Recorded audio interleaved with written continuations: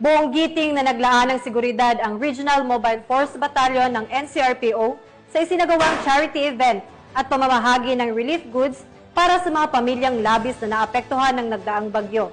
Yan ang balitang hatid ni Patrol Woman Maria Danica Bungo.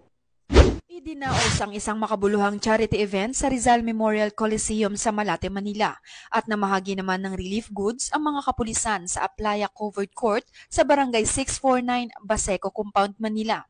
Ang aktibidad ay pinangunahan ni Police General Nicolas D. Torre III, PNP Chief, bilang bahagi ng relief operations para sa mga mamamayan na nasalanta ng katatapos na bagyo.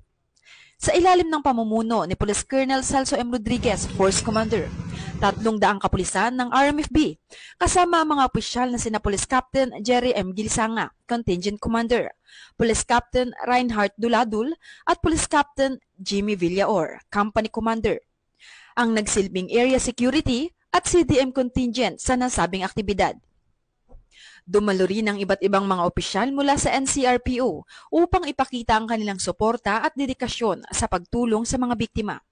Ang mga ganitong aktibidad ay mahalaga sa pagbuo ng mas matatag na komunidad, kaya't ang pakikiisa ang lahat ay lubos na pinahahalagahan.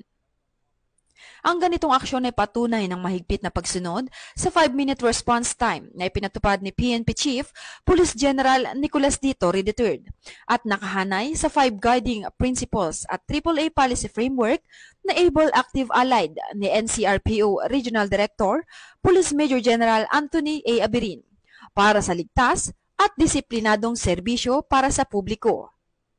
Muli, ako po ang inyong Police News Network Correspondent, Patrol Woman Bungo, alagad ng batas, taga-taguyod ng Balitang Pulis.